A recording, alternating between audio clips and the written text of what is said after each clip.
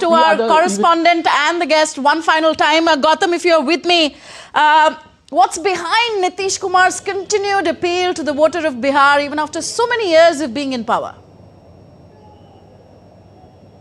Well, Nitish Kumar stands, first of all, the USP is that he stands in contrast to what the other side represents, which is the RJD, because that's what's been harped about.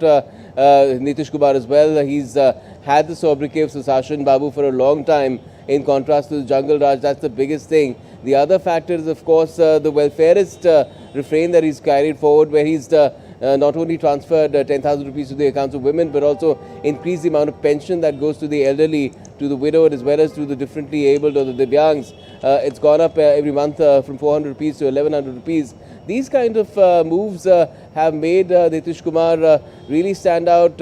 Improvement in law and order, big ticket projects as well that are very, very visible. The Patna Metro as well as double-decker flyover. The announcement, especially with the kind of help he's got from the centre as well, from Prime Minister Modi, the central government, the announcement of the Makhana board, AIMS Darbhanga, all these very visible changes, but at the same time, the kind of outlook that he's had for inclusion as well, for all segments of society, the kind of coalition, because in Bihar it was also said that it is that politics in the state is caste-driven, but he's managed to breach that divide as well, taking it from the backward, the extreme backwards, and then bringing more and more people, and even perhaps it might have been said that at one time Muslims will not vote for the BJP, but it seems this time around, even if the seat has gone to a BJP candidate, the candidate has garnered very wide-ranging support from all segments of society. So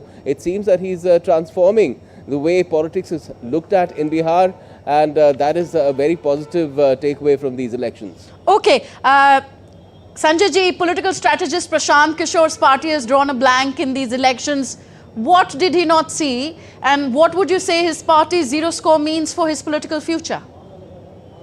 See, Prasar Kishore has been cut down to a sorry figure, and he has burnt his hand badly, particularly with the statement that if Nitish Kumar wins 25 seats, he is going to relinquish politics. He would not longer be in politics, and claiming that he is going to give that in writing. Having said so, Prasar Kishore raised some good issues. He talked good things and possibly reflected a vision. But giving consultancy services to somebody else and actually getting into the field and fighting an election are two different things. Prasar Kishore would have learned this lesson at a great cost to himself, to his reputation and to his money also, because he said he put 90 crore of his earning to the party and to his campaign. But Central Prasar Kishore will, whether he remains there or not, that time will tell. Fact remains that in this particular election, you see combination of Prime Minister Modi and Chief Minister Nitish Kumar. Gautam Roy explained beautifully about contrast between Nitish Kumar, what Nitish Kumar represents, and what Mahagathbandhan represents. Look at this situation. Congress has roughly same number of seats as MIM, HAM, and Kushwaha's party. Kushwaha fought on 4 seats, won 4. HAM fought on 6, leading in 5. They're leading 6, presently perhaps 5. So almost 100% strike rate. MIM, OIC's party, is leading in more seats than the Congress, and Congress is hovering between 2 to 5, 6. Currently, I don't know where it is finally going to land. Congress fought 61 seats, RJD 143, and leading or winning in roughly around 25 seats. Chirag Paswan's party is much closer to RJD, fighting 29 and winning around 20 seats.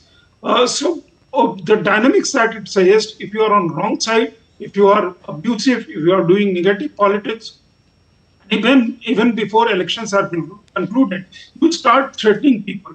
This is the time when positive politics is going to stick in India. Of course, you talk things about you think your opponent is going to do wrong with the people, because during campaign you talk about all those things. But essentially, you have to remain positive. You have to have certain credentials that you are going to deliver, and then only you are going to win elections.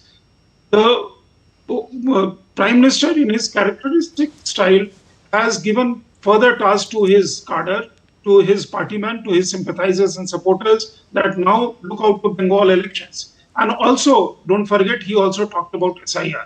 So those are very important messages coming from the Prime Minister and from verdict of Bihar Assembly elections. And this is going to resonate. Of course, popular expectation is going to be very high. Somebody coming back to power after being there for 20 years, but more so in a situation when Nitish Kumar's health was is not in his best of health. Last election was not very good election. Thereafter, coming back to power, this kind of mandate is phenomenal achievement for all constituents of NDA. Okay, Gautam, within the NDA, the BJP has secured 90 seats, the largest in the NDA. A word on BJP's phenomenal showing this time. Well, yes, it seems that both the NDA, both the main constituents in the NDA, be it the BJP or the JDU, have acted as immense force multipliers for each other, which is why we see such a huge strike rate, as Sanjay mentioned, both for the JDU and for the BJP. The BJP was number 2 in the existing assembly. Now it's going to be number 1. I don't know if that changes the equation where the NDA itself is concerned, because Nitish Kumar, although the BJP initially did not really say that he's the chief ministerial face, the face of the campaign, but later on it seemed that it was made clear that it will be Nitish Kumar. In case the NDA wins, he will return to the chief minister's chair. I doubt if that will change, because that is the kind of scenario that we are faced with here in Bihar, and that is something that perhaps is something that will be finalized in deliberations tomorrow, perhaps, because beyond the chief minister, other things have to be determined as well. There's been a lot of speculation about deputy chief ministers. There were 2 in the previous government. There could be more this time around. Who knows? And of course, then the ministerial berths as well.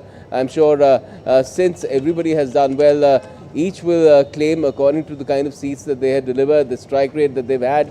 And it will take some time perhaps to figure it out, a day or 2 or maybe more. Okay. But I'm sure things will be put in place, because they know the kind of challenge that lies ahead is taking Bihar to the next level of development. There are visible indications that things are improving, but more needs to be done to ensure that that label of Bihar, that it is a state backward of people site will go towards who being have migrated developed. and then they contribute.